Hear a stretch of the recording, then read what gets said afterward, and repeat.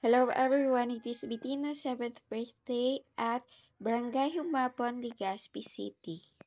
Yung mga gagamitin nga pala namin sa pagde-decorate sa 7th birthday ni Betina ay kinakarga na dyan sa tricycle namin.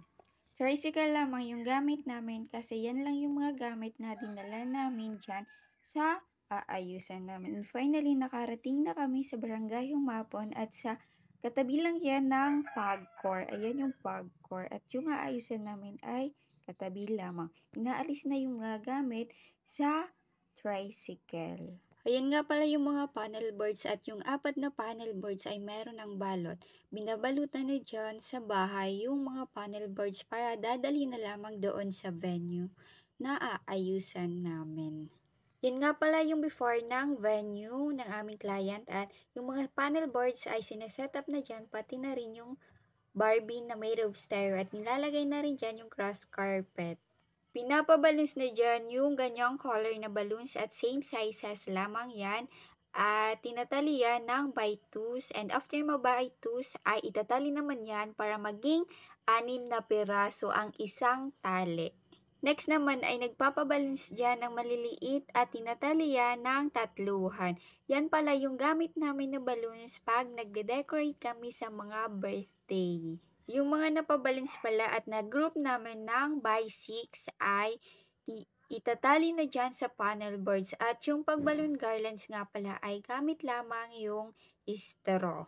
Naglalagay kami ng straw sa panel boards para matali yan na balloon na garlands na naglalagay na rin dyan ng pang-accent na pinaballoons namin kanina. Naglalagay na rin dyan ng flowers sa vase sa unahan at patuloy pa rin na nagpaballoon garlands at nilalagay sa panel boards yung mga napaballoon garlands na and sila mama dyan sa likuran ay naglalagay na ng string curtain. By the way, Barbie theme nga pala ang birthday party ng anak ng aming client. Meron silang sinad na picture para sa Barbie theme and ganong setup ang gusto nila para sa birthday ng anak nila. That's why ganyan yung decoration or setup namin. Pinapaballoons na ulit yan yung mga balloons at igagarland ulit yan gamit ang straw. 2 sizes ulit yung laki ng balloons, merong medium and small. Yung small ay pang-accent lamang yan sa balloon garland na nilagay na sa panel boards.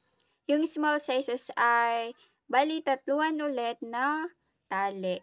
After mapaballoons ay igagarland na yung mga napaballoons and yung mga yung pag-garland dyan ay bali alternate. Yung una ay fuchsia pink and sunod naman yung gray. Basta alternate lamang yan na dalawang colors ng balloons natin. Nang mag-garland na ay ilalagay na yan sa panel board gaya ng una na tinali lamang yan dyan sa panel board gamit ang straw ulit. Pagpasensya nyo na yung background ng aking voiceover kung may tumatawal na aso, batang mga umiiyak kasi ganun talaga maingay dito sa amin. Nang malagay na sa panel board yung nag-garland na ay naglalagay pa rin dyan ng balloons na pang-accent gamit ang rubber band. Kami naman dyan ay nagpapaballoons pa rin ng pang-accent na balloons at nilalagay na rin dyan yung mga lamesa sa unahan para sa cake, souvenirs, and mga gifts.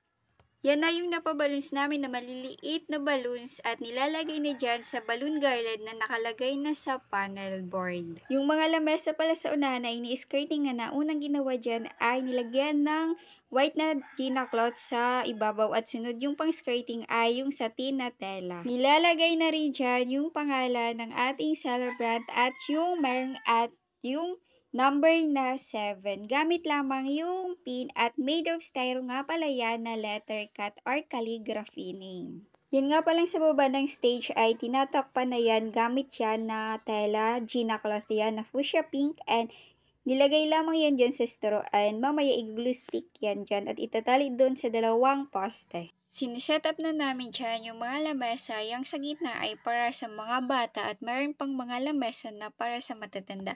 At nung nag-set up kami ay di pa lahat dumadating yung mga mesa at upuan na rent nila.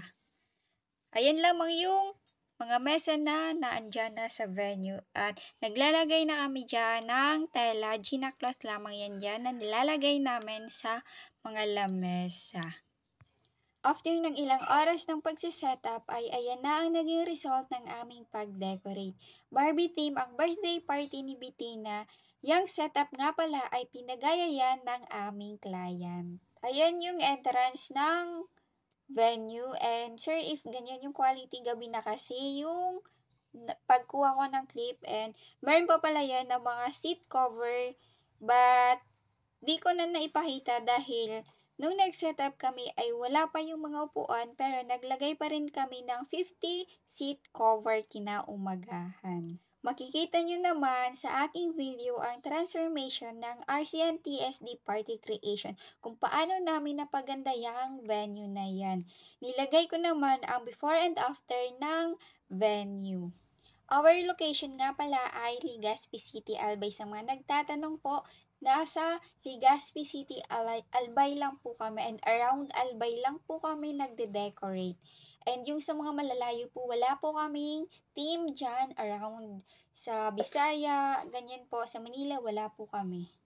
Kasi meron pong nag-i-inquire sa akin dito sa YouTube if meron kami sa mga ganyang lugar ay wala po kami. Around Albay lamang po kami. If you are interested or nagandahan nyo yung mga pag-decorate namin or pag-setup namin sa mga event ng aming client na naipapakita ko dito sa YouTube channel ko, you can send a DM sa aming Facebook page na RCN TSD Party Creation. To our client, thank you so much for always trusting RCN TSD Party Creation. Kami yung napili yung mag-setup sa birthday ni Bettina, kaya thank you so much po. RCN TSD Party Creation, we create and you celebrate. So yun lang for today's video. Thank you for watching and please don't forget to subscribe to my YouTube channel. Thank you po!